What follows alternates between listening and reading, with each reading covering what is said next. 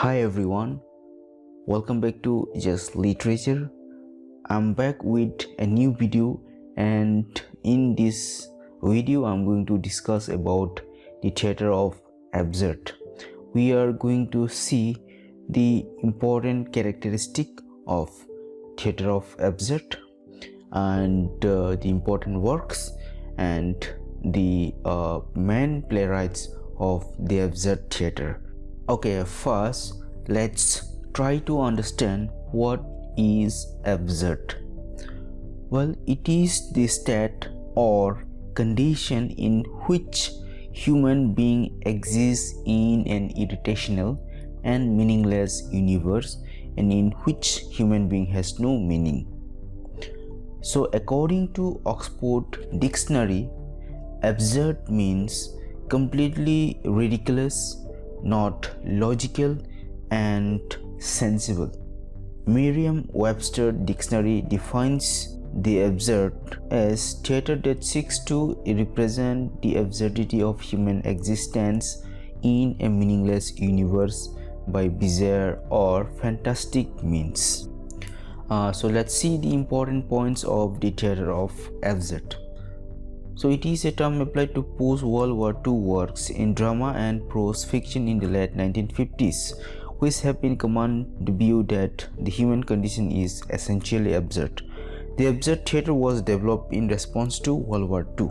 The absurd playwrights explore what happens when human existence has no meaning or purpose. Absurd drama reveals the meaninglessness of human existence. It produces the effect of alienation. It is a term coined by the critic Martin Esslin after his title book, The Theater of Absurd.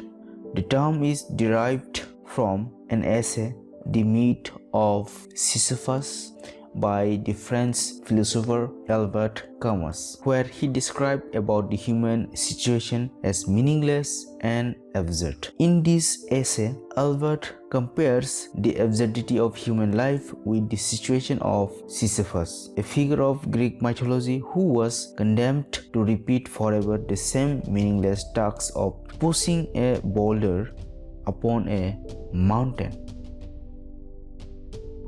The movement is designated for the plays mostly written by European playwrights. Absurd genre was immersed in France. The absurdist writers often refer to themselves as anti-theater or new theater because they are not comfortable by the term theater of absurd. The absurd plays focuses on ideas of existentialism. Existentialism is a form of philosophical theory that explores the problem of human existence, especially on the experience of thinking, feeling, and acting.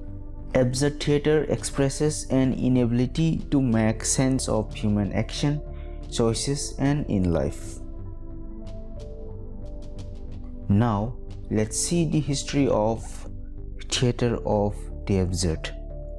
So, this movement was influenced by existentialism and began in the form of experimental theater in Paris. At the beginning, absurd plays were written in French and later translated into English. The elements of absurd dramas came into existence after the rise of Greek drama in the place of Aristophanes in the form of wild humor and buffoonery of old comedy.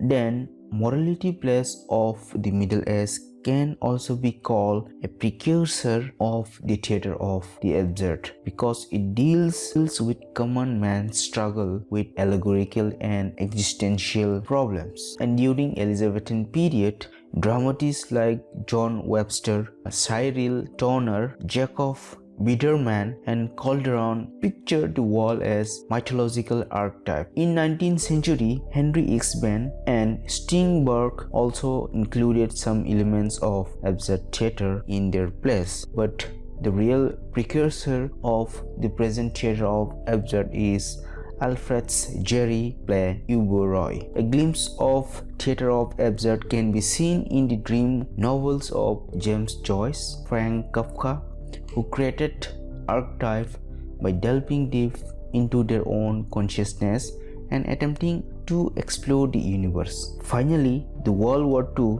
brought the theater of absurd to life because the chaotic atmosphere during that time was compelling them to think about their absurd existence. Now let's see the characteristic of the theater of absurd.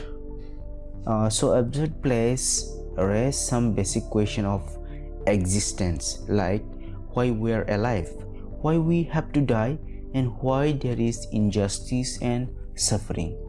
And you will find illogical speeches and meaningless plots in the play. The writers or the absurdist playwrights re-establish man's communion with universe. They attempt to restore the importance of myth and ritual in the life of man and make them aware of the ultimate realities of their life. Absurdists have no time, place and character in their plays, as they feel that there is no past or future, only the repetition of the present. And you will find the lack of communication amid the characters in the play as well. The plot of the theater of absurd discards the traditional pattern of plot construction. It consists of repetition of cliché. Cliché means an overused phrase that has lost its meaning and is no longer effective. And you'll find absence, emptiness, nothingness, and unresolved mysteries, which are the central features of many absurdist plots. The technique these absurdists use are meta-theatrical techniques, which explore role fulfillment, fate, and the theatricality of theater. Now let's focus on the absurd dramas. Well, the first large major production of an absurdist play was Jean Genet's The Mets in 1947. Eugene Ionescu, the bald soprano, was first performed in 1950. Samuel Beckett's Waiting for Godot is probably the best known of all absurdist plays. Waiting for Godot is the most controversial absurdist. Now let's see the major writers and their work.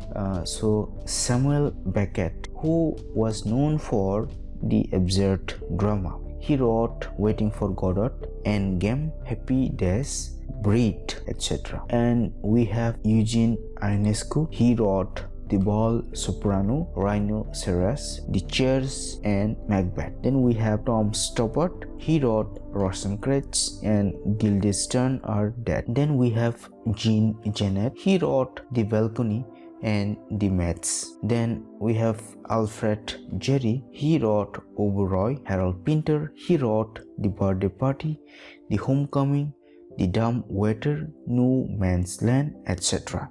Then we have Albert Alby. He wrote The Joe Story, American Dream, and Who is Afraid of Virginia Woolf. Then lastly we have Gao Jinjian. He wrote The Other Shore. Okay, so if you like my video, do subscribe my YouTube channel. Thank you.